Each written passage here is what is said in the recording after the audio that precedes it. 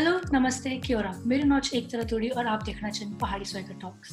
आज हमारे बीच एक ऐसे उत्तराखंडी हैं जिनकी आवाज के आप सभी दीवाने हैं।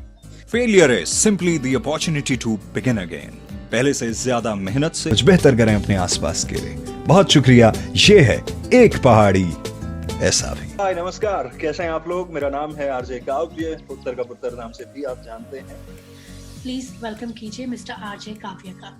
Welcome sir, thank you so much for being with us. कैसा जा रहा है आपका lockdown? How is lockdown for you?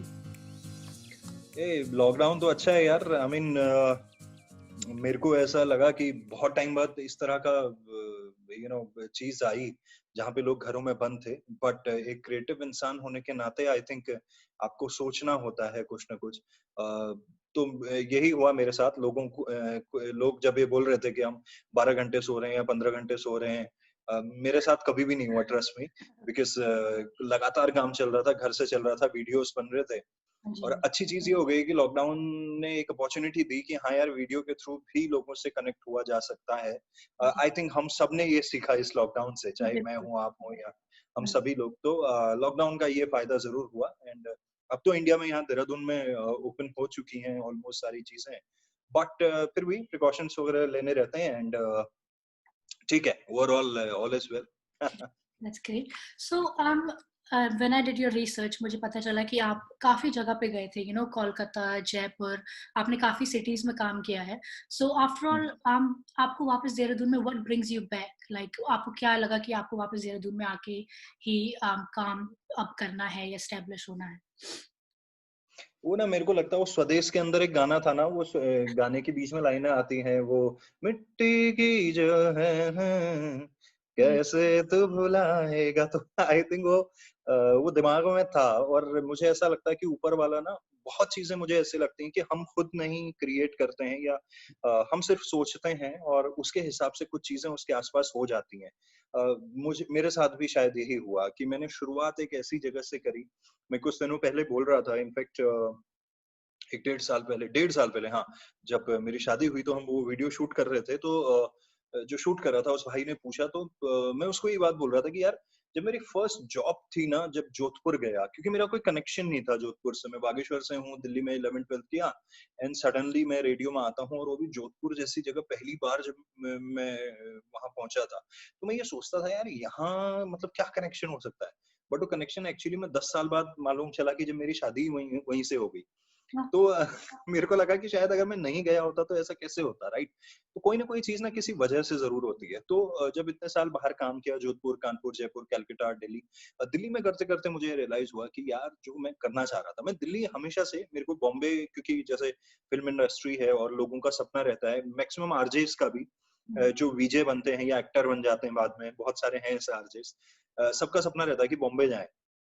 मेरा कभी नहीं था। मेरे को ये लगता था मैं दिल्ली में करूंगा, और दिल्ली वजह इसलिए थी क्योंकि मेरे को ऐसा लगता था, दिल्ली में मेरी 11th-12th की पढ़ाई हुई है, और उत्तराखंड में तो कोई चैनल था नहीं। और दिल्ली एक ऐसी जगह है जहां हमारे उत्तराखंड के 30-40 लाख लोग रहते हैं, दिल्ली एनसीआर में। चाहे वो फरीदाबाद हो, चाहे वो गुड़गांव हो, नोएडा हो, गाजियाबाद हो, साहिबाबाद हो, दिल्ली हो, ये सब। तो मेरे को ये लगता था यार, अगर मैं उनके बीच में बोलूंगा ना, मुझे अपने लोगों के बीच में वाली जो बात थी। बट अनफॉर्चुनेटली ऐसा हुआ, जब मैं दिल्ली भी पहुंचा, मैं वहां पे प्रोग्रामिंग टीम का हिस्सा था, लेकिन मैं रेडियो जॉकी नहीं था। तो मैं प्रोड्यूसर था वहाँ पे, एग्जीक्यूटिव प्रोड्यूसर। तो दिल्ली के जितने हमारे शोज होते थे, आरजेस होते थे, जिन भी आरजेस को आप सुनते हैं वहाँ पे, उनको हम लोग एक तरह से वो करते थे, उनके पीछे की टीम में थे हम लोग। बट मेरे को 3 महीने में लगा कि नहीं यार, मैं वो वाला बंदा नहीं हूँ। अभी मेरे को कोच क्यों बनना है, जब अभी तो अपन विराट कोहली हैं, अभी तो छक्के मारने हैं बहुत सारे। तो मैंने 3 महीने के अंदर ही ये डिसाइड किया कि नहीं बॉस, ये वो चीज नहीं है जो मेरे को करनी है। एंड इत्तेफाकन फिर देहरादून में स्टेशन आ रहा था, हमारी सीईओ ने पूछा मुझसे, और वो मेरे को ऐसा लगा कि यार, इससे बढ़िया क्या हो सकता है। मैंने बिना देर के मैंने कहा ओके, मैं जाऊंगा। एंड फिर हालांकि जब मैंने ये बात बोली और जब मैं यहाँ आया, उस बीच में भी करीब 1-1.5 साल का गैप था। बट उस बीच हमारे कई स्टेशन लॉन्च हुए, पटना, चंडीगढ़, अमृतसर, जम्मू। तो उन स्टेशन को लॉन्च करने, वहां के लिए जब हम टीम हायर करते थे, लोग आते थे, हम ट्रेन करते थे उनको कि व्हाट इज आवर ब्रांड, और वो सब कुछ। फिर जैसे जम्मू था, वो लॉन्च करने गए, तो जम्मू और देहरादून, मतलब क्योंकि ना ऑलमोस्ट उत्तराखंड और जब वो जम्मू कश्मीर का एरिया, मेरे को ऐसा लगा वो सेम ही है। जी। जैसे हमारे यहाँ ओली है वैसा उनके यहाँ श्रीनगर है, जैसे उनके यहाँ जम्मू है वैसा हमारे यहाँ देहरादून है। हुँ, तो फिर मैं वहाँ भी रहा 7-8 दिन, गया उधर, वो लॉन्च हुआ। तो फिर मेरे को और ज़्यादा वो हो गया कि मैंने कहा नहीं यार देहरादून में। और जब देहरादून आए तो फिर तब से तो पिछले 2 साल से लोग देख ही रहे हैं। हाँ तो जी। आई थिंक अच्छा ही रहा देहरादून आना। या बिल्कुल, बिल्कुल I must agree with that. So क्या जी। आप पहले से ही एक आरजे बनना चाहते थे? जैसे आपने कहा कि ये आपका फील्ड ऑफ लाइन नहीं था, बट क्या आपने लाइक पहले छोटे में सबके सपने होते हैं, मतलब मेरा था कि मुझे डॉक्टर बनना है, अनफॉर्चुनेटली नॉट, बट क्या आपका कभी था? Because RJ I feel is like इतना अलग है, स्पेशली लाइक अगर हुँ, हम हुँ, अपने लाइक माँ-बाप को even today if I go and be like मेरे को आरजे बनना है, they will do a hmm, lot of कि लाइक कितना है, क्या करियर है, आगे बढ़ पाओगे राइट। कि नहीं? क्या आपके हुँ। साथ कभी ऐसा हुआ लाइक जब आपने हाँ, हाँ, हमेशा अगर मैं ऑनेस्टली बोलूँ बिकॉज़ अवेयरनेस नहीं थी। बचपन से आरजे नहीं बनना था बिकॉज़ पहले तो पता ही नहीं था कि आरजे क्या होता है। जी, 2003 में मेरे को ध्यान है मैंने 10th किया था बागेश्वर से। सो वहाँ तो कुछ ऐसा पता होता नहीं है। फिर मैं दिल्ली आया, दिल्ली आने के बाद 2004-5 में नए-नए प्राइवेट एफएम चैनल आए थे। तो हुँ, उनको सुनना शुरू किया, सुनता था तो म्यूज़िक अच्छा लगता था। स्कूल डेज़ में हालाँकि मैं कहूँ मेरे को म्यूज़िक में डेफ़िनेटली इंटरेस्ट था, मैं कुमाऊनी गाने गाता था और जी, पहाड़ी गाने जितने भी होते थे हमारे और आर्मी में जाना था बट फिर आर्मी में नहीं जा पाया, दिल्ली आया, दिल्ली में जब पढ़ाई कर रहा था उस टाइम पे, रेडियो सुनने लगा तो मेरे को लगा यार ये शायद एक इंटरेस्टिंग जॉब हो सकता है एंड क्योंकि म्यूज़िक में इंटरेस्ट है। बट तब भी एग्ज़ैक्ट ये नहीं पता था कि रेडियो में आना है, ये था कि मीडिया एंटरटेनमेंट में कुछ करना है। जी, बट आई थिंक वो इत्तेफ़ाकन ऐसा हुआ कहीं पे कुछ वर्कशॉप चल रही थी रेडियो की, तो मुझे लगा यार ये थोड़ा इंटरेस्टिंग है, देखते हैं ये क्या है। क्योंकि रेडियो ने मेरे को इसलिए एक्साइट किया क्योंकि गाने-वाने बजते थे, तो वो लगता था यार शायद हम ये कर सकते हैं और उस तरह से। बट वो डिफ़िकल्ट भी था लेकिन हो गया। हालाँकि वो जो चीज़ आप कह रहे हो मेरे को भी जब मैंने पहली बार घरवालों को बोला था 2006 में कि मेरे को आरजे बनना है, तो उनको बागेश्वर में उन्होंने सोचा यार ये आरजे क्या होता है? तो अच्छा, मैं बता भी रहा था कई बार मैं बोल चुका हूँ कि मैं 2 फ़िल्में आई थी, एक तो मुन्ना भाई आई थी, हुँ, जिसमें विद्या बालन आरजे बनी थी और एक सलाम नमस्ते करके फ़िल्म आई थी जिसमें प्रीति जिंटा आरजे बनी थी। तो वो दोनों सीडी मैं ले गया लैपटॉप पे उन दिनों तो सीडी चलती थी, पेन ड्राइव इतना नहीं था शायद 2007 में। तो मैं लेके गया और लैपटॉप पे मैंने अपनी दिखाई वो उनको, तो घरवालों ने देखा तो उनका सर चकरा गया, तो उन्होंने कहा यार ये तो कुछ ना बहुत अच्छा वो उसमें विद्या बालन के पीछे ना वर्ल्ड स्पेस रेडियो दिखाया था, इतना बड़ा ऑफिस और वो सब। तो वहाँ पहाड़ में उनको लगता है यार ये तो कैसे हो पाएगा? बोले कि ये नहीं कर पाओगे। तो मैंने कहा क्यों? बोले नहीं-नहीं ये तो कुछ और ही लग रहा है वैसे। तो हालाँकि फिर कन्विंस किया थोड़ा-सा, तो हुँ, फिर रेडियो की तरफ आ गया। जी। बट अब मेरे को लगता है कि रेडियो नहीं करता तो मैं क्या करता? मेरे को लगता है कि शायद मैं रेडियो के लिए ही बना था। सो कुछ चीज़ें बस होनी होती हैं किस्मत में से तो हो ही जाती हैं, सच बोलूँ। Right, right. सो अभी आपका शो है एक एक पहाड़ी ऐसा भी उसका सीज़न 3 भी हुँ, आने वाला है। तो हुँ, इस शो में आप उत्तराखंड से अलग-अलग लोगों की कहानियाँ बताते हैं, कुछ उन्होंने किया हुँ, हो जो कमेंडेबल हो उनके बारे में बताते हैं। हुँ, तो ये आपको हुँ। कहाँ से आया कि मैं इस रेडियो शो को इस तरीके से बनाऊँगा कि मैं उत्तराखंड के लोकल लोग की कहानियाँ सुनाऊँगा? जी, ये एक्चुअली एग्ज़ैक्टली जो अभी हम लॉकडाउन में कर रहे हैं ना, ये वैसा ही 2 साल पहले मेरे साथ हुआ। मेरे को ध्यान है 2018 19th ऑफ जनवरी 2018 को हम देहरादून आए और हमें लॉन्च हुए हम 11 जुलाई को। सो 6 महीने का टाइम था। तो हम लोग रोज़ ऑफ़िस जाते थे, सैलरी आ रही है, काम कुछ है नहीं, ऑन एयर आप हो नहीं, स्टेशन बन रहा था। तो मैं बैठा-बैठा मैंने सोचा यार मैंने कहा हर महीने यार आप जा रहे हो, पैसे भी मिल रहे हैं लेकिन कुछ काम भी नहीं हो रहा है। तो बैठे-बैठे सोचा कि यार क्या कर सकते हैं ऐसा? तो एक दिन मैं अखबार पढ़ रहा था एक्चुअली, तो अखबार पढ़ते-पढ़ते एक स्टोरी नज़र आई, कुंवर सिंह जी उनका नाम था, तो मैंने देखा कि वो फौज से रिटायर हुए, उन्होंने 2 गाँव के बीच में सड़क नहीं थी, उन्होंने गवर्नमेंट को बोला होगा बनी नहीं। तो उन्होंने गुस्से में आके एक दिन फावड़ा उठाया और खोदना शुरू कर दिया। हुँ, खोदना शुरू किया तो फिर गाँव वाले भी लग गए और 10 दिन में 3 किलोमीटर सड़क बन गई। अब मेरे को ये स्टोरी बड़ी इंस्पायरिंग लगी, मैंने कहा यार बताओ हम रोते रह जाते हैं।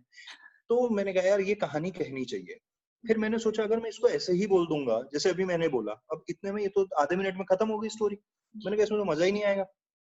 तो कि क्या इनोवेशन हो सकती है? देन हमारे ऑफिस में रजत करके एक लड़का है, मैंने उसको बोला यार कोई स्केच वाला है क्या? उसने बोला कि नहीं स्केच तो एग्ज़ैक्टली नहीं करता है बट एक लड़का है मैं मिलाता हूँ। वो आया मैंने उसको आइडिया दिया, उसने कहा सर मैंने किया नहीं है, देखते हैं एक बार ट्राई करते हैं। उसने किया अगम जौहर नाम है।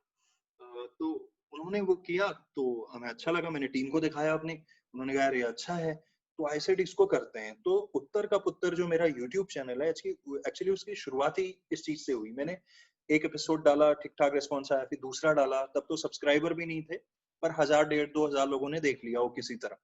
तो मेरे को लगा यार बहुत अच्छा है। देन मैंने अपने इंस्टाग्राम पे डाला तो हमारे सीईओ ने शायद देखा था, उन्होंने हमारे नेशनल डिजिटल हेड को बोला यार ये बहुत अच्छा है, इसको हमें रेड एफएम पे करना चाहिए। तो देन उनका मेरे को कॉल आया कि यार ये हम रेड एफएम पे करना चाहते हैं।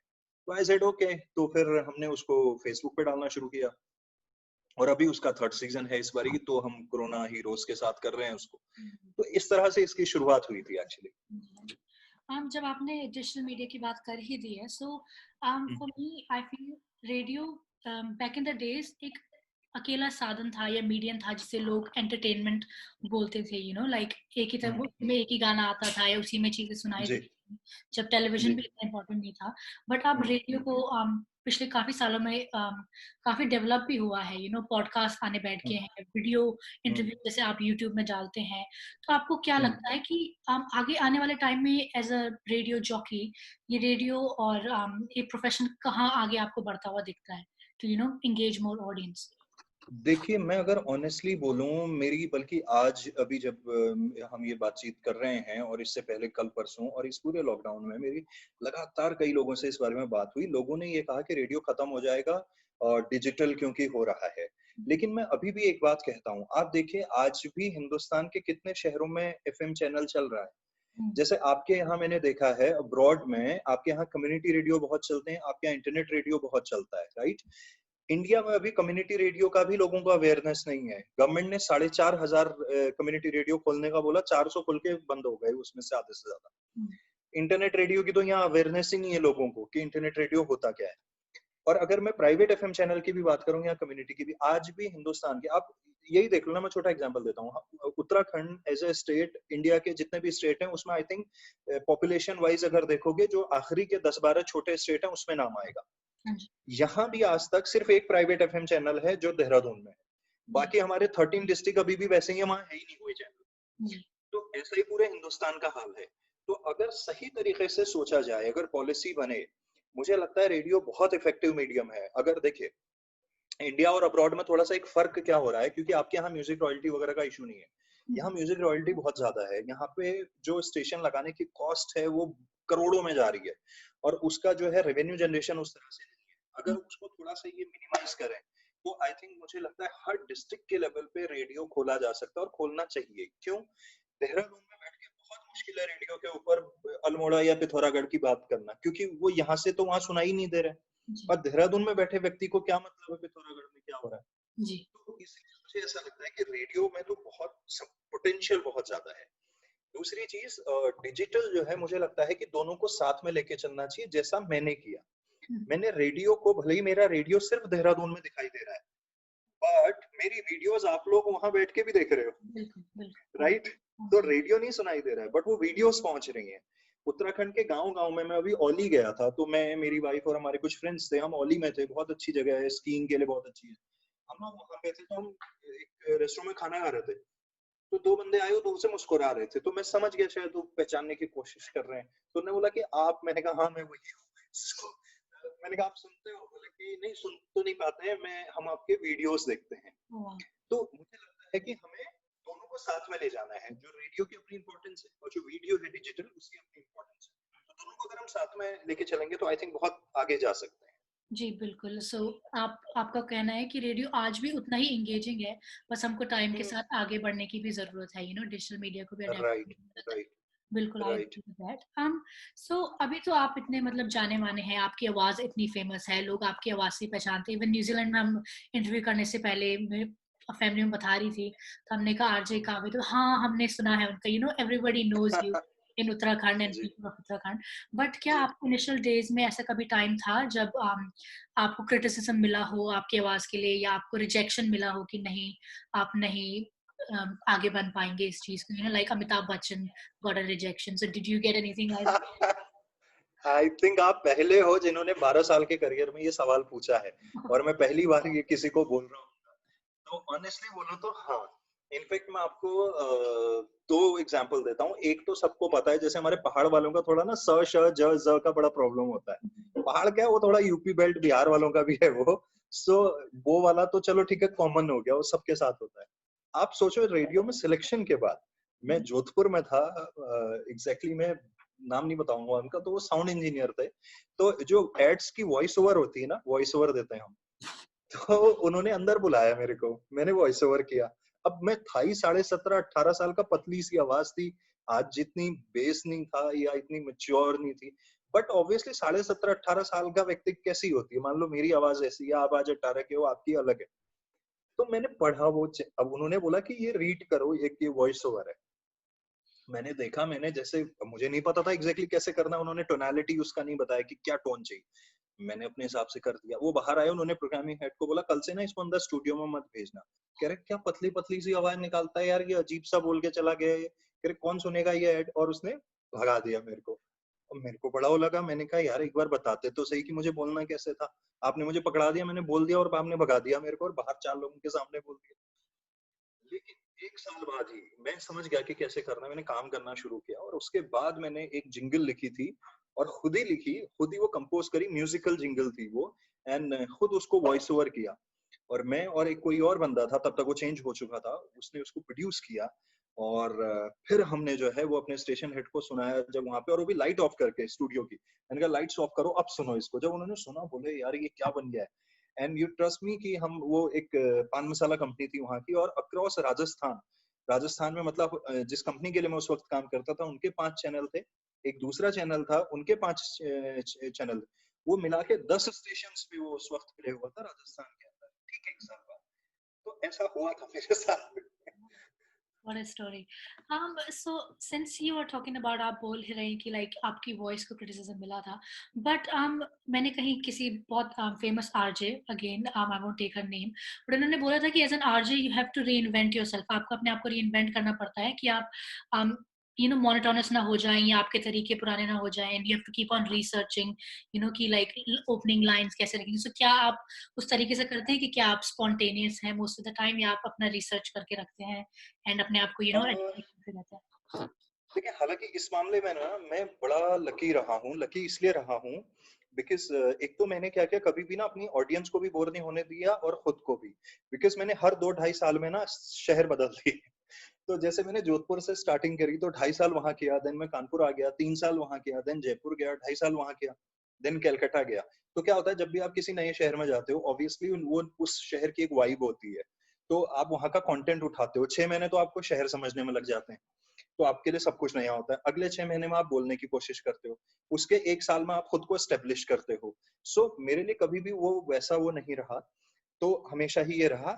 हाँ, री इन्वेंट जरूर करना चाहिए, वो मैं इसलिए कहता हूँ क्योंकि देखिए, जब मैंने करियर शुरू किया था 2008, 27th ऑफ जून को मैं जोधपुर पहुंचा, 1st ऑफ जुलाई 2008 को मैं रेडियो पे ऑन एयर हुआ था।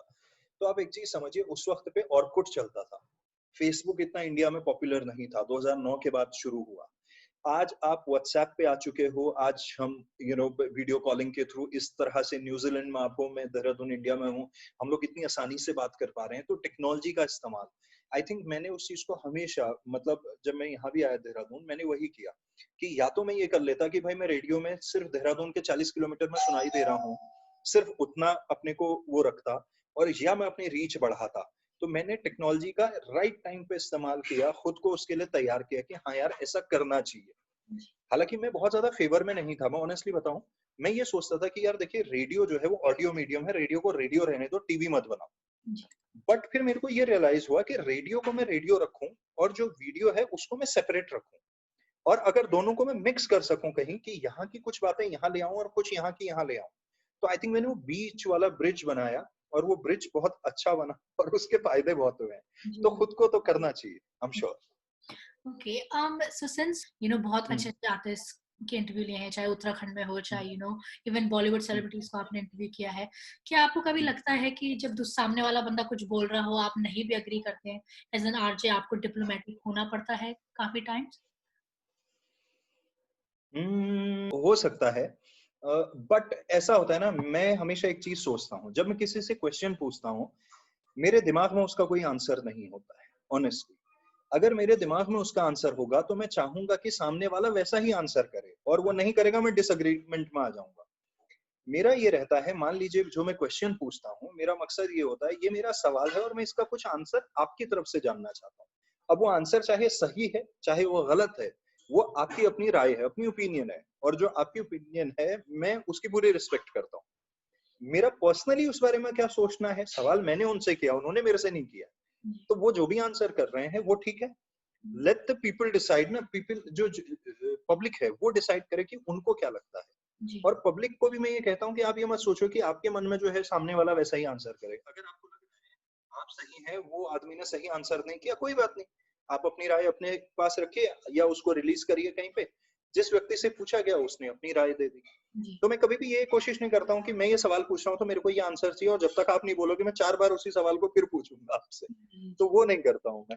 हाँ जी, हाँ जी। सो सिंस आप इतने बड़े इंस्पिरेशन है काफ़ी इमर्जिंग आरजेज़ के लिए, बट मैं जानना चाहती हूँ कि क्या आपका कभी कोई आरजे या कोई मीडिया पर्सनैलिटी जो जिससे आप इंस्पायर हुए हों लाइफ़ में? सो बहुत टाइम में बहुत सारे लोगों से इंस्पायर रहा हूँ। आई थिंक जब शुरुआत हुई थी आरजे मंत्रा, वो एक्टर भी हैं और बहुत जबरदस्त एक्टर हैं वो।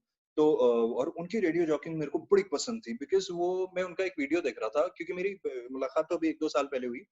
लेकिन उनका एक वीडियो देखा था मैंने, उसमें उन्होंने कहा था, वो मुंबई लोकल करके एक शो करते थे मुंबई में हमारे चैनल के लिए। तो उन्होंने कहा, यार मुंबई लोकल क्या है? मुंबई लोकल स्टूडियो का शो थोड़ी है। मुंबई लोकल इस शहर की सड़कों का शो है। मुंबई लोकल इस पेड़ में बैठी चिड़िया का शो है। मुंबई लोकल इस शहर के टैक्सी चलाने वाले ड्राइवर का शो है। तो मैंने कहा, यार ये क्या थॉट है? जी, वो मैं वही कह रहा हूँ ना, ये उस तरह की थॉट है कि एक तो या तो आप स्टूडियो में बंद होके कर लो और एक इमेजिनरी वर्ल्ड में कुछ कर लो, और या एक्चुअल वर्ल्ड की बातें उस इमेजिनरी वर्ल्ड से निकालो। तो वो मेरे को बड़े पसंद आते हैं। जीतू राज, उनकी आवाज और वो जो आदमी बोलता था मुंबई की आवाज, मतलब वो ऐसा लगता था यार क्या बात है यार, ये मतलब है इसमें कुछ दम। तो उनसे भी नहीं मिला हूं मैं। हालांकि उन्होंने एक दिन मेरे को इंस्टाग्राम पे, क्योंकि वो उत्तर का पुत्र करके यूज करता हूं मैं, तो उन्होंने मेरे को इंस्टाग्राम पे लिखा कि काव्य तेरा कितना अच्छा नाम है रे, इस तरह से कि उत्तर का पुत्र। बोला मैं भी तो बनारस के घाट में अनाथ मिला था किसी को। अच्छा, उनकी बड़ी दिलचस्प स्टोरी है कि वो शायद किसी ने उनको छोड़ दिया था और वो किसी कोई उठा के उनको ले गया, फिर वो अनाथ आश्रम में रहे। और वो व्यक्ति को 8-10 भाषाएं आती, वो मराठी बोलते हैं, फिर गुजराती बोलते हैं, फिर वो अंग्रेजी में बोलते हैं, फिर पंजाबी बोलने लगता है वो। मतलब अलग टाइप का आदमी है। बहुत लोग बोलते हैं कि मतलब यार वो कौन सा वैसा है ये वो करके। बट मेरे को जो उनका क्राफ्ट है, देखो पर्सनल लाइफ में तो मुझे क्या जाना, बट क्राफ्ट जो है वो बहुत जबरदस्त है। तो उनसे सीखता हूँ। देन देवकी करके हमारी एक आरजे हैं अहमदाबाद में। हुँ, उन्होंने एज एन आरजे खुद को जिस लेवल पे वो ले गई हैं और जिस तरह से वो बढ़ रही हैं जिंदगी में, वो मेरे को बड़ा पसंद आता है। वो आज वहाँ के कई सारे ब्रांड्स को लॉन्च करती हैं, थिएटर करती हैं। मेरी 2011 में मैं उनसे मिला था गोवा में, तो तब से बातचीत है, और वो हमेशा फ़ोन करके भी मुझे बड़ा अप्रिशिएट करते हैं कि काव्य तुमने बहुत अच्छा किया, और ऐसे। काफ़ी सीनियर हैं वो, ग्लैडरेक्स के मॉडल रह चुके हैं 2006 के आस-पास। हुँ, सो वो हैं। देन रौनक है हमारे दिल्ली में, रौनक के साथ मैंने 1 साल काम किया। रौनक का मेरे को ये अच्छा लगता है यार, जिस हिसाब से वो रेडियो, टीवी, वीडियो, वो सारी चीज़ों को वो करते हैं, और क्योंकि मैंने बहुत क्लोज़ली देखा है। क्योंकि हम मॉर्निंग में मॉर्निंग नमोन शो जब आता था उसमें मैं साथ में होता था, टीम होती थी, उनके बाकी प्रोड्यूसर्स तो मैं हेड कर रहा होता था, तो वो सारी चीज़ें। एंड देन हम एक बार एक ट्रिप पे गए थे, वो बड़ी मेमोरेबल थी। तो आई थिंक ये कुछ लोग हैं जो जिनसे मैं बहुत सीखा हूँ और लगातार सीख रहा हूँ। मेरे को ऐसा लगता है कि एक प्रोसेस है, और आपको उसका हिस्सा होते हुए सीखते रहना है, क्योंकि अगर मैं सीखना बंद कर दूंगा तो मैं सिखा नहीं पाऊंगा। मतलब मेरे में फिर कुछ ऐसा बचेगा नहीं कि कोई आप जैसा मेरे को बोले कि आओ यार ओके, बात करनी है। ओके। सो आपने कुछ कंटेम्परेरीज़ का नाम भी लिया, सो इससे मेरे दिमाग में एक क्वेश्चन आया कि क्या आरजेज़ के बीच में इज़ देयर लाइक कॉम्पिटिशन रहता है कि लाइक फन बैंटर है या कि आप लोग के बीच में है कि हाँ, इसका मतलब ये काफ़ी चल रहा है? अरे बहुत रहता है, बहुत। मैं ओके, आपको बताऊँ ऑनेस्टली, जैसे मैं सभी जगह औरों का क्या बोलूँ, मेरे यही रहता है। अब जैसे मैं, एक तो इश्यू ये है, मैं आरजे भी हूँ, प्रोग्रामिंग को हेड भी करता हूँ। तो कई बार शायद मेरे आरजेस को, मुझे भी पता है यार, उनको लगता होगा ये ना अपनी चला रहा है। बट मैं ये सोचता हूँ कि यार जो मेरी बेस्ट प्रैक्टिसेस हैं, जिनके मुझे रिजल्ट्स निकल रहे हैं, मैं ये सोचता हूँ कि आप भी ऐसा करके देखो, क्या पता ऐसे। बट उनको फिर वही लगता होगा कि नहीं तुम तो आरजे भी हो ना, तुम तो अपना दिखाओगे मेरे इतने लाख व्यूज आ गए और ऐसे। वो लगता होगा, देखिए वो, मैं शायद उनकी जगह होता, मेरा कोई हेड होता, मेरे को भी लग रहा होता, ये बार-बार ये इसलिए दिखाता है कि ताकि ऐसे।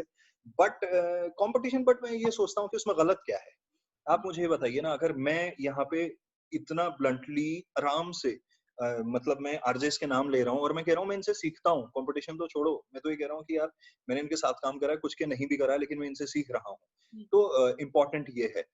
बट होता है, सभी में होता है कि यार मेरे को अवार्ड मिल जाए, जी, मैं नंबर 1 आ जाऊँ, ऐसे ना, अब जैसे लास्ट ईयर रेडियो के हर साल ही होते हैं वो इंडिया रेडियो फोरम के अवार्ड थे, मैं भी नॉमिनेटेड था उसमें बेस्ट आरजे के लिए। हालांकि मुझे मालूम था क्योंकि वो वोटिंग होनी थी, मैंने कहा मैं नहीं जीतूंगा इसमें। उसका एक बहुत लॉजिकल वो था, वो पूरे इंडिया से एक आरजे उठाते हैं जो विनर होता है। अच्छा, उस कैटेगरी में आपके दिल्ली के आरजेस भी हैं जिनको 3 करोड़ लोग सुन रहे हैं दिल्ली एनसीआर में। मुंबई के आरजेस भी हैं, हैदराबाद, चेन्नई, अहमदाबाद, पुणे, इतने बड़े बड़े शहर हैं। एक हमारा देहरादून जहाँ 8 लाख की आबादी है, जिसमें से 30 किलोमीटर में रेडियो सुनाई देता है, 3-4 लाख लोग सुनते होंगे। सबने भी वोट कर दिया। अबे यार 4 लाख और वो 4 करोड़, मतलब कहाँ पॉसिबल है यार कि कोई वोटिंग से जीत जाएगा, राइट? हालांकि मेरे को उत्तराखंड में इतनी छोटी छोटी जगह से लोग भेजते थे कि हमने ईमेल आईडीज बना के, लोगों ने, कई लड़के ऐसे थे जिनके गांव में, लोग ऑब्वियसली गांव में किसकी ईमेल आईडी होती है, वो गांव में गए हुए थे, उन्होंने लोगों की ईमेल आईडीज बनवा दी क्योंकि एक ईमेल आईडी से एक वोट होता था, तो मेरे को भेजते थे। तो मुझे मालूम था कि यार ये जीतना तो नहीं है, लेकिन उस चीज ने एक चीज दिखाई कि यार बॉस, ये जब बात आती कि यार हमारे यहाँ का बंदा नॉमिनेट हुआ है, नेशनल लेवल पे एक आरजे चुना जाएगा, तो पूरे उत्तराखंड ने जोर लगा दिया कि भाई किसको जीतना। अपने आप में एक जीत है, जीता तो उसमें हैदराबाद का। सोचो, दिल्ली, हम सोच रहे थे दिल्ली बॉम्बे का कोई आरजे जीतेगा, हैदराबाद से एक जीत गया। वो कई कह रहे हैं ये तो मैंने नाम ही नहीं सुना था, और वो वोट बढ़ गए उनके लिए। तो वैसा भी होता है, तो कंपटीशन तो होता है, उतने भी कूल नहीं होते हैं, बाहर होते हैं, अंदर उतने कूल नहीं होते। आफ्टर ऑल अगर कंपटीशन नहीं रहेगा तो आई थिंक कंटेंट ग्रोथ का भी मौका नहीं होगा। अगर सब राइट, बिल्कुल बिल्कुल everybody will be quite bored, but no, that's really बिल्कुल। great. एक क्वेश्चन सोनम भी पूछना चाहेंगे आपसे। I'll just squeeze her in. Please. Introduce, steal my limelight. There you go. Hello काव्य। प्लीज प्लीज, हाय। मेरा एक क्वेश्चन है, आपने इतने सारे इंटरव्यूज किए हैं, आप इतने सारे सेलिब्रिटीज से मिलते हैं, इतने सारे इन्फ्लुएंसर्स, पब्लिक फिगर्स से मिलते हैं, जिससे आप इंटरव्यू कर रहे थे और आपको लगा कि ओ माय गॉड, मेरे को अब वर्ड्स नहीं मिल रहे हैं, या मैं बहुत नर्वस हो गया हूँ, स्टार स्ट्रक हो गए होंगे, ऐसा कोई आया है? आप ऐसे किसी सेलिब्रिटी से आप मिले हैं? ऑनेस्टली बोलूं, नहीं।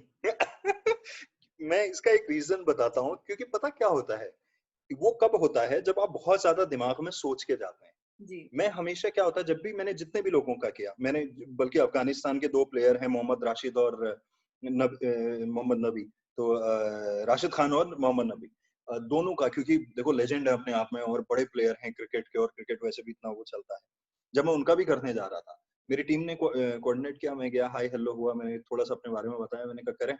सो वो हो गए, या नेगी जी हो गए, प्रीतम भरतवान हो गए, मनीष सिसोदिया का पीछे कर रहा था, राज्यवर्धन सिंह राठौड़ का किया था। सो जितने भी, मैं क्या करता हूँ ना, मैं कुछ लंबा सोच के नहीं जाता, मैं सिर्फ एक क्वेश्चन जहां से मैं स्टार्ट करूंगा, उस क्वेश्चन का जो आंसर सामने वाला दे रहा है, मेरा सेकंड क्वेश्चन उस आंसर में से होगा और थर्ड उस सेकंड में से होगा। तो ये एक प्रोसेस है और मैं उसी को फॉलो करता हूँ। मैं कुछ भी सोच के नहीं जाता, क्योंकि क्या होगा, जब आप सोच के जाओगे ना, तो आप उसका आंसर भी सोच लोगे, फिर तो आंसर सोच लोगे, अगर वैसा मिला तो ठीक, नहीं मिला आप फंस जाओगे, क्योंकि आपका तो दिमाग में ये था ऐसा होगा तो मैं उसके बाद ये पूछूंगा। अब वो तो आया नहीं, तो आप फंस गए अचानक से, तो इसलिए आप सोचो ही मत। तो अभी तक टचवुड ऐसा तो नहीं हुआ है। हाँ, किसी दिन पता चल रहा है नरेंद्र मोदी जी टाइप को ही मिल गया और उस दिन हो गया तो। पर होता है ना, एक फैन मूवमेंट होता है, जैसे कि आप किसी सेलिब्रिटी के फैन थे और वो अचानक से आपके सामने आ गए, आप उनका इंटरव्यू ले रहे हैं, तो ऐसे किसी सेलिब्रिटी का आपने इंटरव्यू लिया जिसके आप बहुत बड़े फैन थे और आप पहले कभी नहीं मिले थे? इंटरव्यू नहीं ले पाया, लेकिन हाँ, ये मेरे साथ हुआ था। आमिर खान, तो मैं जयपुर में था, सत्यमेव जयते का सीजन 2 या 3 चल रहा था, उसमें एक मुमकिन है करके आता था, रोड सेफ्टी के ऊपर था, मुझे ध्यान है, रोड सो के प्लीज। अच्छा, ये मैं आपको बड़ी एक इंटरेस्टिंग बात बता रहा हूँ, ये शायद मैं पहली बार किसी को बोल रहा हूँ, मेरे साथ एक और चीज होती है हमेशा, और आज तक हुई है। मैंने जिस चीज का सपना देखा है वो हो जाता है। मैंने उससे कुछ दिन पहले आमिर खान का एक सपना देखा था, सेम मेरा मंत्रा के साथ हुआ। एक दिन मैं मंत्रा के सपने में, मंत्रा जो आरजे हैं वो और मैं लड़ रहे हैं आपस में, हेलीकॉप्टर में बैठे हुए हैं, हम एक स्टेज शो होस्ट करने जाना है, ये सपने में चल रहा है, और वो आमिर खान का है, और मैंने ऊपर से देखा आमिर खान स्टेज पे चढ़ चुके हैं, और मैं मंत्रा भाई को चिल्ला रहा हूँ कि आपके चक्कर में लेट हो गया यार, वो आदमी स्टेज पे चढ़ गया, अब हमें कौन चढ़ाएगा, और मेरी नींद खुल गई। और उसके कुछ दिन बाद, 4-5 दिन बाद, मंत्रा भाई मुझे दिल्ली में मिल गए, सेम आमिर खान को लेके हुआ। तो मैं कुछ सपने में आ रहा थे आमिर खान, और इत्तेफाकन ऐसा हुआ, मैं जिस कंपनी के लिए उस टाइम काम कर रहा था, मैं नोटिस पीरियड सर्व कर रहा था और इधर आ रहा था, लेकिन जो वहाँ की क्लस्टर हेड थी आस्था मेहंदी रत्ता, उनको ये बात ध्यान थी, मैं आमिर खान का बहुत तगड़ा फैन हूँ, तो उन्होंने कहा यार वो सत्यमेव जयते का शो हो रहा है रामबाग पैलेस करके, जयपुर में एक पैलेस होटल है, तो उन्होंने कहा कि वहां पे है, मिलोगे? मैंने कहा हाँ। तो उन्होंने कहा ठीक है, क्योंकि हमारा जो ग्रुप है वो उसको वो कर रहा है, तो आप एक काम कीजिएगा 10 अपने लिसनर्स को भी ले जाना। मैंने कहा ठीक है। तो लिसनर्स को लेके गए, तो वहाँ 2 टीम काम कर रही थी, एक आमिर खान प्रोडक्शंस की और एक स्टार प्लस की। तो मैंने पहले अपने लिसनर्स को अंदर भेजा, मैंने कहा चलो तुम लोग जाओ। अब अंदर वो पूरा ब्लैक था, मेरे को आइडिया नहीं, मैं तो बाहर था। तो जैसे ही मैं अंदर घुसा तो उन्होंने देखा ये शायद लंबा चौड़ा ठीक ठाक, तब थोड़ा पहाड़ का खाना नहीं लगा था, तो थोड़े स्लिम ट्रिम भी थे। तो उन्होंने कहा कि यार इसको उठाओ। मैं तो कहीं पीछे बैठा था, बोले इसको आगे बैठाओ फ्रंट रो पे। ओके। मैं फ्रंट रो पे बैठा, और फ्रंट रो पे ऐसे गैलरी है इधर, और 5 लोग इधर हैं, और उस गैलरी के 5 लोग उधर हैं, और पीछे ऐसे रोज बनी हुई है। आमिर खान आते हैं पीछे से शो स्टार्ट होने से पहले। आए, वो सीधा स्टेज पे चढ़े, उन्होंने कहा हाय गाइस ऐसे वो करके, और नॉर्मल दाढ़ी वाड़ी ऐसे टी शर्ट में। तो उन्होंने कहा हम साथ में शो देखेंगे 1.5 घंटे का, और उसके बाद मैं आप लोगों से बात करूंगा इस शो के ऊपर। ठीक हो गया। वो शो रिकॉर्डेड होता था बॉम्बे से सत्यमेव जयते, और फिर 1 घंटा मुमकिन है करके अलग अलग शहरों से चलता था। वो पीछे चले गए अपनी चेयर उठा के, तो हम भी चुपचाप, क्योंकि वो शूट हो रहा था, तो हमने कहा ज्यादा हल्ला उल्ला मत करो, कहीं उठा के बाहर नहीं करते, चुपचाप बैठे हुए ऐसे देख रहे थे। तो मैंने थोड़ी देर में देखा पीछे से कुछ आवाज आई, तो मैंने हल्का सा यूं देखा आमिर खान, मैंने ऐसे देखा वो कहीं दूसरी जगह बैठे। शो स्टार्ट हो गया था।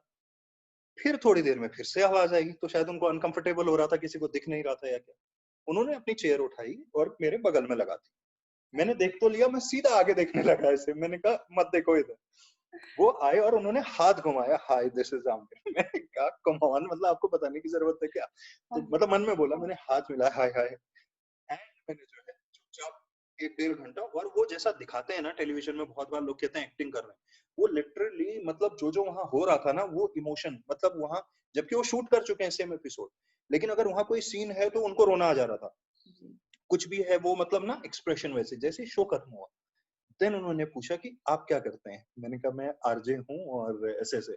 तो बोला अरे वेरी नाइस यार, तुम आरजेस की लाइफ तो बड़ी कूल होती है, हम सुनते हैं मुंबई में, और गाने वाने प्ले करते हो, हमारी पिक्चरों को प्रमोट करते हो, ऐसे ऐसे कुछ कुछ। फिर मैंने बताया उनको सत्यमेव जयते को लेके।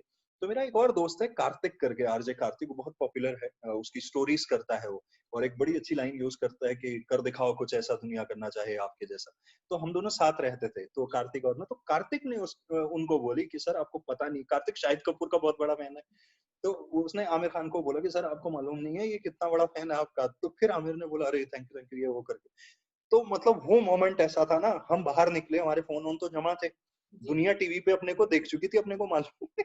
फोन ऑन जैसे ही मिले, फोन ऑन किया, और जो व्हाट्सएप और ये और वो, मतलब ऐसा फोन, मतलब वो हैंग ही हो गया, मतलब वो अलग हो गया लेवल। और हम ऐसे हो गए, हमने कहा अब क्या चाहिए जीवन में, अब तो कोई गाड़ी ना दबा के निकल जाए हमें ना रोड से होके, प्लीज हमारा कर दे, सफल हो गया जीवन। So, मतलब वो मोमेंट बड़ा कमाल था। उस दिन अगर इंटरव्यू होता शायद मैं नहीं ले पाता, मुझे ऐसा लगता है, मतलब वो अलग हो गया जी, था। बिल्कुल, बिल्कुल, बिल्कुल। एक क्वेश्चन, ये हमारा लास्ट क्वेश्चन होगा आज का। थैंक यू सो मच, आपने अपने बिजी शेड्यूल में से हमारे लिए टाइम निकाला। जैसे कि हमने आप एक स्टैब्लिश्ड आरजे हैं आज की डेट में, और बहुत सारे लोग आपको जानते हैं। हम लोग दोनों के दोनों खुद कम्युनिटी रेडियो शो करते हैं, हालांकि आपके लेवल का नहीं है, but we are do our bits for the community. तो हम दोनों अलग अलग रेडियो शोज करते हैं। अगर किसी को अपना करियर रेडियो में बनाना हो, आजकल के युवा पीढ़ी को, आप उनको क्या मैसेज देना चाहेंगे अपनी तरफ से? आई थिंक जैसे मेरे को ऐसा लगता है, मैं इंडिया में भी एक चीज देखता हूँ, कम्युनिटी रेडियो, अगर मैं पर्टिकुलरली कम्युनिटी रेडियो की बात करूँ, आई थिंक न तो करने वाले उसको उतना सीरियसली ले रहे हैं और न सुनने वाले। जी, मुझे लगता है कम्युनिटी रेडियो में जितना स्कोप है, क्योंकि वो एक कम्युनिटी के लिए काम कर रहा है, पोटेंशियल बहुत ज्यादा है। चाहे आप प्राइवेट कमर्शियल रेडियो स्टेशन में काम कीजिए, इंटरनेट रेडियो में कीजिए, कम्युनिटी रेडियो में करिए। मैं हमेशा ये कहता हूँ, जो आज मैं अपने रेडियो चैनल पे कर रहा हूँ ना, अगर वैसे देखोगे, वो रेडियो चैनल, जो कमर्शियल रेडियो चैनल जो गाने बजाने पे बिलीव करते हैं, वो वैसा कंटेंट नहीं करते हैं, क्योंकि उनका ये रहता है कि यार आप गाने बजाओ, 2-4 वो कर लो, कुछ वीडियोस बना लो, थोड़े से वो कर लो, निकल लो। मेरे को हमेशा ये रहता है, देखो एंड ऑफ द डे आप कितना यो यो हनी सिंह सुन लो, शाम को तो जगजीत सिंह ही समझ में आते हैं। तो बिल्कुल। लाइफ जो है एक्चुअल में वही है ओवरऑल देखिए हर चीज की स्पेस है, मतलब आपको मजा मस्ती ये वो सब कुछ entertaining prank call everything is okay, but end of the day and product आप क्या लेके जा रहे हो। रेडियो मीडियम क्या है वो समझना इंपॉर्टेंट है, कि रेडियो आप जो कर रहे हो, जो भी लोग उसमें कर रहे हैं, मैं ये कहता हूँ कि आप कम्युनिटी या जितनी भी रेंज है आपकी, आप उसमें से बेस्ट क्या प्रोडक्ट निकाल पा रहे हो। आप उन्हीं लोगों में से, हमें पता होता है, मैं जब एक पहाड़ी करता हूँ, लोग कहते हैं अरे यार बताओ हमारे गांव का तो हमें पता ही नहीं था, अरे यार हमारे बगल के जिले का तो हमें मालूम ही नहीं था। मैं अभी वो लतिका भंडारी करके एक लड़की है भोपाल में, तो उसका मैंने किया उस दिन, वो ताइक्वांडो में नेशनल चैंपियन, गोल्ड वोल्ड सब ले रखी है। लोग कह रहे हैं यार बताओ हमारे नैनीताल की भोपाल में 10 साल से हमें मालूम ही नहीं था, कईयों ने मैसेज किया मुझे। तो होता यही है, मुझे ऐसा लगता है कि रेडियो की रिस्पॉन्सिबिलिटी है कि वो जितनी भी एरिया में सुनाई दे रहा है वहां से वो बेस्ट क्या निकाले। बिकॉज देखिए बहुत लोग ये कहेंगे कि आवाज होनी चाहिए, ये होना चाहिए। मैं कह रहा हूँ आवाज आवाज ना देखो, आवाज वो सिंगर के ठीक लगती है कि भाई आदमी गाना गा रहा है वो अच्छी आवाज में गाए। रेडियो जॉकीज कंटेंट क्या दे रहे हैं, या टेलीविजन के जो प्रेजेंटर हैं वो कंटेंट क्या दे रहे हैं, या जो वीडियो जॉकीज हैं वीजेस हैं वो कंटेंट क्या दे रहे हैं, मेरे ख्याल से वो बहुत इंपॉर्टेंट है। और कंटेंट। वो कंटेंट आता है आसपास देखने से। तो बस यही एक message. Thank you so much sir हमको ज्वाइन करने के लिए। आई एम श्योर जो भी आपने बोला होगा लोग उससे काफी इंस्पायर्ड ऑलरेडी हैं, बट आगे जाके भी और इंस्पायर होंगे। So thank you so much for your time. Most welcome.